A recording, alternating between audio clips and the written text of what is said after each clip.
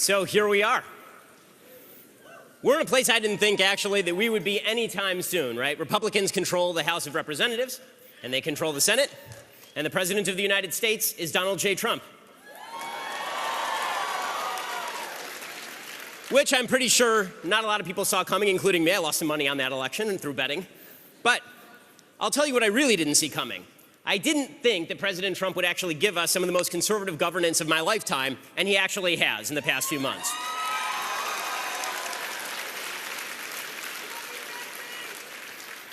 I'm talking about a fantastic new Supreme Court Justice, Neil Gorsuch.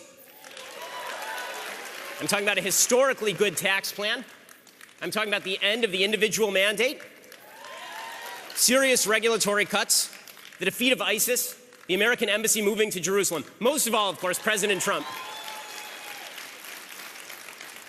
Most of all, President Trump brought us one really fantastic thing. Hillary Clinton is not and will never be President of the United States.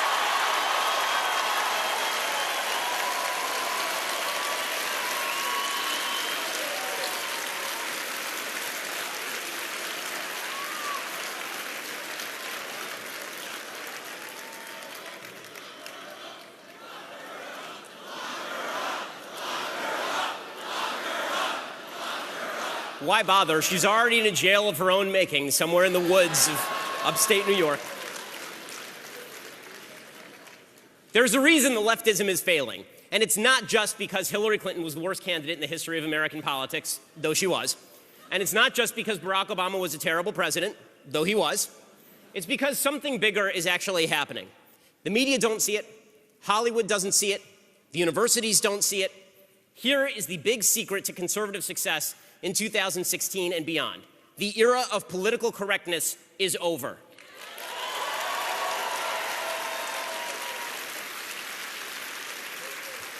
Ah, yes. Political correctness is dying a slow, painful, bloody, agonizing death, and all I can say is, hell yeah. Political correctness has been a blight on American society for decades, tearing Americans apart one from another. Instead of unity through truth, the left has offered feelings, right? Feelings, we love feelings. The nice, comforting illusion that if something is wrong with your life, it's actually somebody else's fault. And if you don't have facts to back that up, of course, if you can't point to evidence of discrimination or cruelty or malice, then we're supposed to believe you anyway. Because if we do anything else, that would be challenging your truth. And that's political correctness in a nutshell, right? My truth over the truth. There's no such thing as my truth. There is just the truth. Okay? There is no your truth. There is just the truth. Americans, young Americans, we're sick and tired of postmodern garbage. And when we sacrifice the truth for subjective feelings, we are contributing to the downfall of the greatest nation and civilization in the history of mankind. The entire premise of democracy is that our backgrounds matter less than what we share, a commitment to our common humanity, an ability to think beyond our own personal biases, a willingness to put aside tribal loyalties and walk in somebody else's shoes. America is about reason. It always was. America was about the fundamental proposition that human beings are actually capable of rising above their station, of exercising their free will, of being free people. America was based on the idea that good ideas win in the end. A simple faith that if we share a commitment to the value of truth, then we might be able to come together to pursue it. But the left has fought for decades to destroy that faith. Political correctness, of course, is their tool. Now, that term is a term of Marxist orthodoxy. It was originally preached by mass murderer Mao Zedong and Soviet communist Leon Trotsky. Now, what originally PC meant was stifling attitudes that didn't forward the revolution. In practice, what that meant was censorship, banishment, the gulags, death for people who didn't speak in politically correct ways. Just like a lot of other lefty phrases, by the way. Politically correct, it's like social justice. Social justice means not justice. Politically correct means not correct. When leftists in America picked up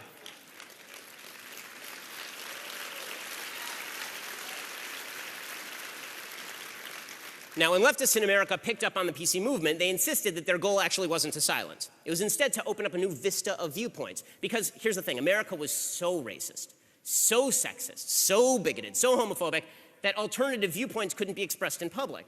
So the only way to allow marginalized members of different communities to speak was to shut everybody up who offended members of those groups. PC was actually supposed to make us free. That was the promise. But instead, of course, the intellectual jackboots showed up. Speaking facts that offended members of supposedly victimized subgroups became taboo. Basic truth went out the window in favor of leftist viewpoints. Victim groups replaced actual victims. Language shifted to accommodate the feelings of those victim groups so as not to reflect oppressive hierarchies. And for years, the PC culture grew stronger. By the time of the Obama presidency, PC wasn't just dominant, it had morphed into something almost unstoppable. Advocates of PC had once claimed rightly that certain groups in America were victimized, which is true. Of course, certain groups in America were victimized.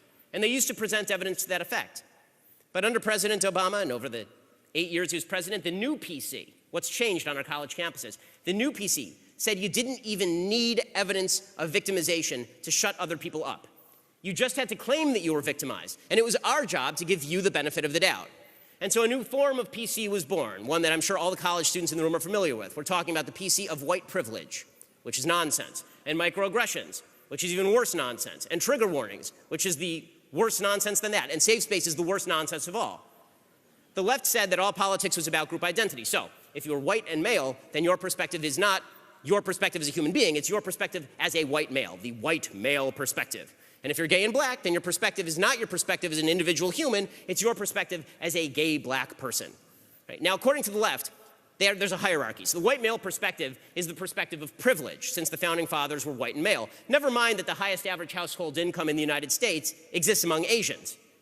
Right? But according to the left, if you are white and male and straight, you are automatically the beneficiary of privilege. And so you're simply barred from commenting on anything that matters politically, because obviously you have been one of the victimizers. You are the beneficiary of this terrible American system. And if you do comment, and if your comments hurt anybody's feelings, or even if they could have hurt somebody else's feelings, they didn't actually hurt anyone's feelings, but maybe they might have, that's a microaggression. It's not just you offended somebody, it's that you aggressed them. You did something that's violent to them, and they get to respond in kind. You violated that person's sovereignty. These microaggressions, of course, require trigger warnings, warnings that you might offend somebody. And only by abiding by these fascistic rules can we actually create the safe spaces, these pristine bubbles where no one disagrees with you and you get to hug your cuddly teddy bear and feel all warm and fuzzy inside. This PC culture took over the university system. It took over the mainstream media. PC culture meant that universities began to censor speakers, to ban them from campus if they offended members of supposed victim groups. That's why when I was invited by Young America's Foundation to speak at DePaul, the college banned me. They literally called out the sheriff of Cook County and threatened to arrest me if I set foot on campus. It was wild. It was like a 9-foot-tall dude. And I said, if I step right here, are you going to arrest me? And he said, yes. And I said, okay, well, then I'm not going to step right there. They're actually doing the same thing now to my friend Steven Crowder. It's why universities have barred the public from my speeches at UCLA, UC Berkeley, University of Minnesota, and University of Connecticut. It's why Charles Murray was physically assaulted at Middlebury. It's why Brett Weinstein was thrown out of his job for having the temerity to be white and wanting to teach at Evergreen State College. By the way, Brett is like a Bernie Sanders supporter. It's why leftists have tried to shut down mainstream conservative thinkers, Guy Benson at Brown and Katie Pavlich at University of Wisconsin and Heather McDonald at Claremont. Universities drank the Kool-Aid of PC, and they have been dying from it ever since. And then there are our friends in the media. Now, I don't mean everyone in the media.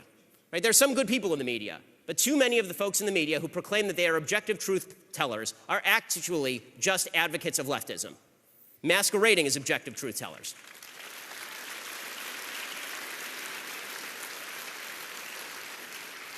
And these are the folks who have bought into PC culture maybe worse than even it is at the university level.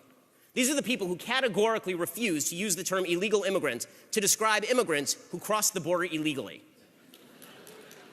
These are the people who insist that a biological man is actually a woman if he says he is a woman. Hint, he is not. He is a dude.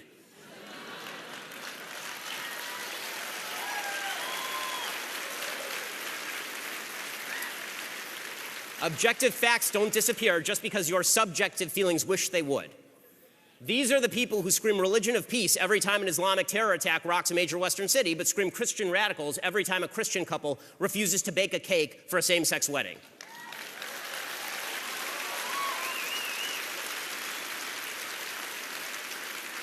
You want to know who the bigots are in America? It's these folks in the mainstream media proclaiming their objectivity while they push their agenda. These are the people who suggest that you don't give a damn about children murdered in mass shootings unless you agree with their gun confiscation schemes. And I have a quick note here. 5 years ago, I was on CNN talking with my good friend Piers Morgan about this. And I accused Piers Morgan of standing on the graves of the children of Sandy Hook in order to promote their political agenda. The media has not learned one thing. They have gotten worse. The media are lying about you. They're lying about me. They're intentionally dividing the country in order to promulgate a gun control agenda. And when the media say, this is a room filled with young conservative people. Now, raise your hand, young conservatives, if you care about the kids who were killed in Parkland. Hey, now, raise your hand if you also wish to preserve Second Amendment rights. Okay, you see, both things can go together, media.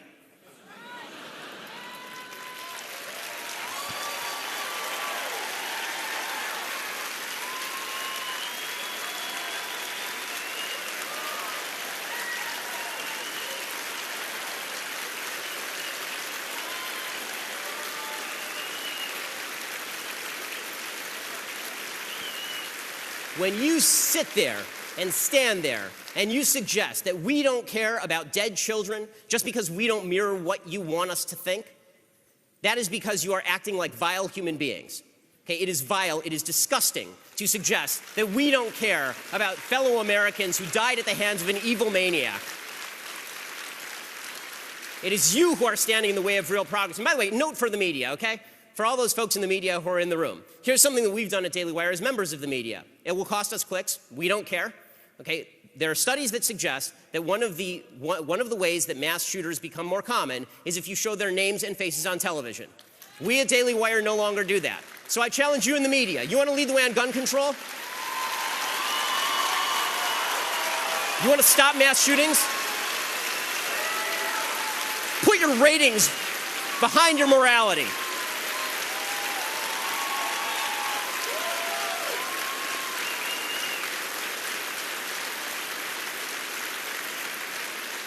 And yet these folks in the media don't understand when President Trump criticizes the media why so many conservatives cheer. They don't understand. They think it's just because Trump is mean to the media and that we're all following Trump. No, we didn't like you guys before.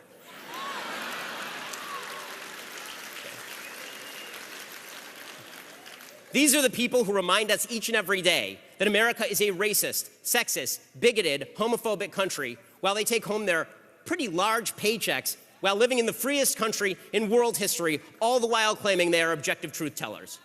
And again, then whine that it's because of Trump. Okay? And then there's Hollywood too, of course, our friends in Hollywood. I'm from Hollywood, so I get to deal with them a lot. Hollywood is a place where nobody to the right of Karl Marx can get a job, where anyone who voted for President Trump hides for fear of losing their career. Hollywood is a place where it's nearly impossible to make a movie about evil jihadists, but virtually every single action movie features some rich white businessman somehow organizing a terror attack. You know, we're talking about Hollywood, these purveyors of PC, where suburban families all hide deep, dark, horrible secrets, but where wife-swapping sex partiers actually enjoy deep, abiding relationships. Hollywood, of course, where women are molested every day by powerful men, but where those same powerful men and women lecture the rest of America about our lack of moral decency.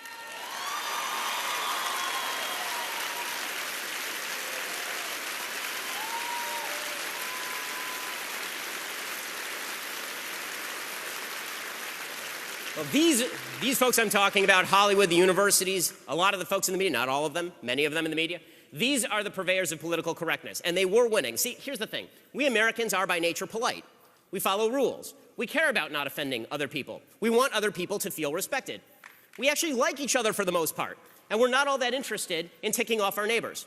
But the left finally went too far. Maybe it was the specter of the President of the United States tacitly nodding at riots in major American cities.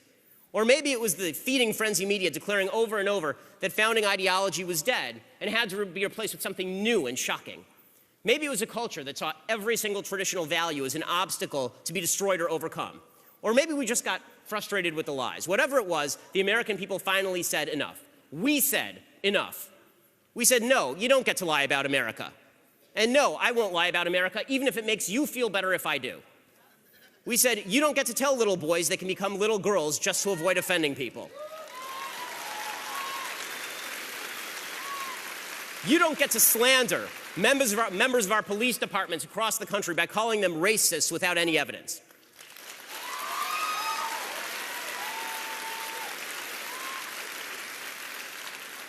You do not get to claim against all available evidence that women are paid less for the same work.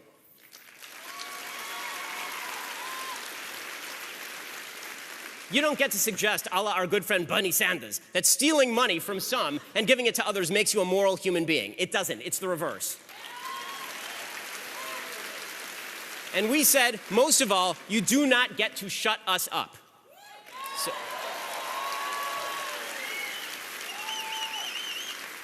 Well, what changed? The left finally pushed too far. Americans realized that we were being turned slowly but surely into weaklings. Older Americans realized their kids were being taught to play victim instead of thinking for themselves. They realized that children who think they're victims won't actually take control of their own lives. Right? Everyone in this room is capable of success. It's a free country. Everyone in America is capable of success if they apply themselves and if they follow some basic rules. Right? If they get a job, if they don't have babies before they're married, if they graduate high school. They do those three things, you will not live in permanent poverty in the United States. Younger Americans realized they were sick of being pandered to, that they didn't need to be told how rough they had it. They needed to be told they could accomplish anything in this, the greatest country in the history of the world.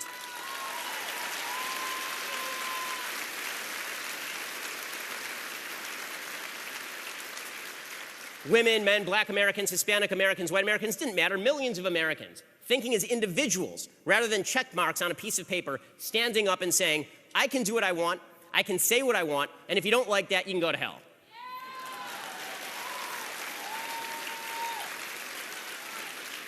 Now, the institutions don't like it. The universities keep trying to quash lectures and place restrictions on conservatives. But conservatives are fighting back in the courts and in the press, and they're winning. The media keep trying to play the same old game. Anyone who refuses their PC diktats is a racist, sexist, bigot, homophobe, of course, and it's not working. The polls aren't reflecting their wishes. Hollywood keeps trying to play that same old game, right? The people in middle America are the problem, and the people on the coast are the cultural vanguard. It's not working. We don't care what they have to say. And I'm from the coast. And more Americans are alienated from the self-appointed cultural arbiters. Political correctness is dying, but that's not the end of the story. See, here's the thing. The era of PC may be over, but can always come back again. In 1996, Bill Clinton said in his State of the Union address that the era of big government was over. At the time, the national debt was $5.2 trillion. Today, it's $21 trillion. Bad ideas do not die, they just fade away temporarily. The only way to ensure that political correctness continues to lose is if we tell the truth. Not useless abrasiveness, not meanness, not false attacks on institutions. We have to tell the truth.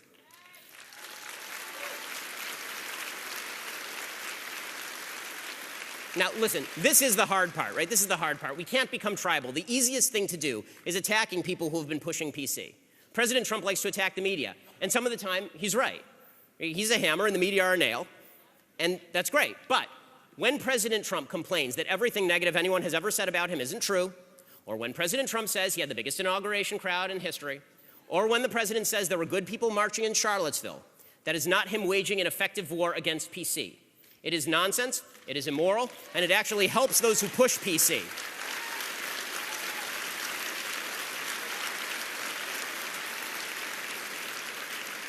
Because when we don't tell the truth, it allows the PC promulgators to pretend that they are the ones who are truth tellers. And they aren't. PC is about lies. We can never let the PC left masquerade as the truth tellers, which means we must always tell the truth. Every time we lie, we let them off the hook. We cannot fight the lies of PC with more lies. We can't fight political correctness by claiming victimhood without evidence. That makes us part of the politically correct culture. When they lie, let's call it out. Together, loudly, strongly, but let's not say stupid things just for the sake of melting snowflakes.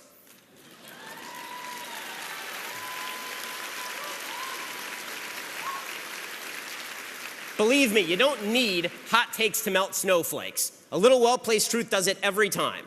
That means that our job is just to spout facts, which is pretty easy. There's nothing wrong with memes. Memes are great. They can be hilarious. They can be awesome. All praise to Harambe. But make sure that they are true. There's nothing wrong with poking fun at the left. Just make sure that what you say can be backed up with evidence. If we want to defeat the left, we don't need to offend them. They're offended by nearly everything anyway, up to and including you breathing sometimes. We need to show that they are liars and we are the truth tellers, and that means telling the truth about everything. It means that when our own side fails, we have to call it out.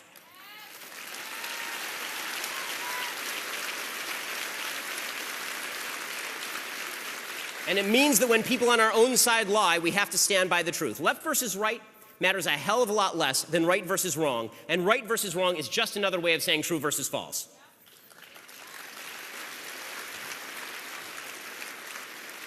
If we want to build bridges, if we want to emerge victorious, if we want to end political correctness and rebuild on the foundations that our forefathers fought and bled and died for, we'll need to stand with decency and with truth. And we can do it. So that means it's time to study up. It means it's time to be unafraid. My mentor, Andrew Breitbart, used to tell people to walk toward the fire. We don't have to fear their slings and arrows because all of those things bounce off of the truth. We don't have to worry about charges of racism, sexism, bigotry, homophobia, because facts aren't racist, sexist, bigoted, or homophobic, and neither are we. Okay, these are just facts. The facts are your shield. Decency is your sword. No more evidence-free victim mentality. No more subjective feelings trumping objective fact. No more silencing perspectives just because they make people feel bad about themselves. It is time today for truth and decency. If we stick with truth and decency, we will win. We'll win because the human soul does yearn for truth and it does respond to decency. We will win because America was built on truth and on decency. And most of all, we'll win because we sure as hell can't afford to lose. Thank you so much.